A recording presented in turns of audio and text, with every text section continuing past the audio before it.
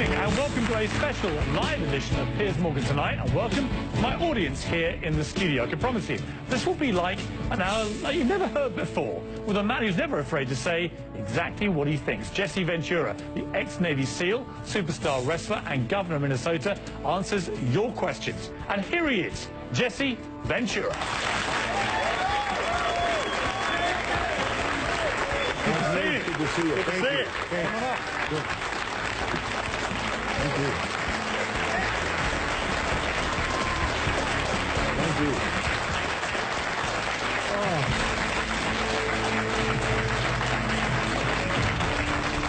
How are you, sir? Wait, I got to get some water. I got to get ready for you. I'm doing good, Piers. We've got an hour ahead of us. We'll cover lots of ground. I want to start, though. You said earlier that all wars were about, oil and corporations. They are, but they're all religious-based, too. So they're all about religion and oil and corporations. Could be, and sure. Occasionally getting rid of the Nazis. Yeah. So my point is, well, that wars can be over many things. The Nazis was religious too. Look what they did to the Jews. So that brought religion in. Vietnam was religious because Diem, our puppet president, and our country brought 100 Christian Vietnamese down to the south to be the government. Well, the southern Vietnamese didn't like these religious characters from up north, so they then became the Viet Cong.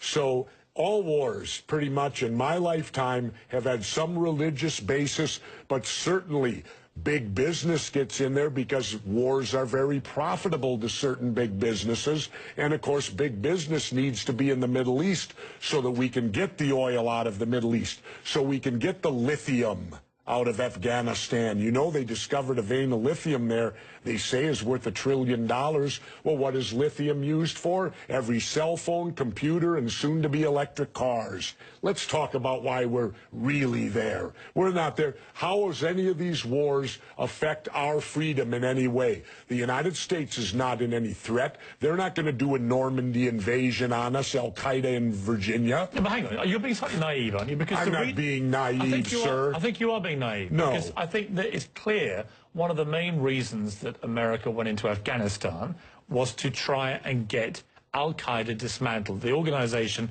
which committed the 9/11 atrocity. Really? Well, you don't think so? Well, how come Al-Qaeda put the heroin business out? They took all the poppy growers and stopped the production of heroin. What would you have done? Wait, now how much of that illegal heroin was propping up the international banks with laundered money, and when it dried up, the first recession happened? Well, now that we're back in there, we aligned with the poppy growers, and the heroin business is back up full swing again. I thought we fight a war on drugs here. All right, Jesse, we're not. What would you have done on September the 12th, 2001? What would you have done if you'd been president? What would I have done? Yeah. I would have done a legitimate investigation to find out what exactly happened on 9/11. How did they know who did this so quickly like they did Lee Harvey Oswald? How quick they knew Lee Harvey Oswald killed Kennedy. Because the people who did it were identified and we knew who they were. Well, then why couldn't we have stopped them beforehand if they were identified and we knew who they were? It was a failure of intelligence. Everyone's accepting No, it wasn't. We knew before with Condoleezza Rice's memo on August 6th when it stated right in the memo, bin Laden took steal planes and run them into buildings. And more stuff is coming out now also, how much the Bush administration ignored the intelligence. It was almost like they ignored it because they wanted it to happen. Oh, come off it, Jesse. No, not oh, come off it. Wait a minute. Every war fought starts with a false flag operation. You can't, in all seriousness, sit there and try and make out anybody. Okay, let me ask you this, Piers. Wait a minute. Let me ask you something. How much studying have you actually done of 9/11 other than what the government's told you and what mainstream media has told you? I've been studying it 4 years. I was editor of a national newspaper. I've talked to people. Wait a minute. In depth every day for 5-6 months. Really? So I know a lot about it. Well, then how come? Let me ask you this then. You cannot say that any member of the Bush administration knew it was going to happen or wanted it to happen. It's a ridiculous thing to say. Ridiculous. Okay, let's talk about your BBC. I have a tape of a BBC reporter broadcasting directly back to England talking about a third building has collapsed. World Trade Center Building 7 talks for 7 minutes. All the while she's talking, World Trade Center Building 7 is still standing right behind her. It didn't fall for another half hour, yet they were doing a pre-broadcast back to England that, yes, it's true, you need to that this building fell and it hadn't fallen yet. If you're trying to make out the British Broadcasting Company, one of the most respected news organisations in the world, was inventing huge buildings falling over, you need to have a break, Jesse. We'll come back after the break, and we'll talk about Israel and Iran. Are you kidding me? This is a fact, my friend.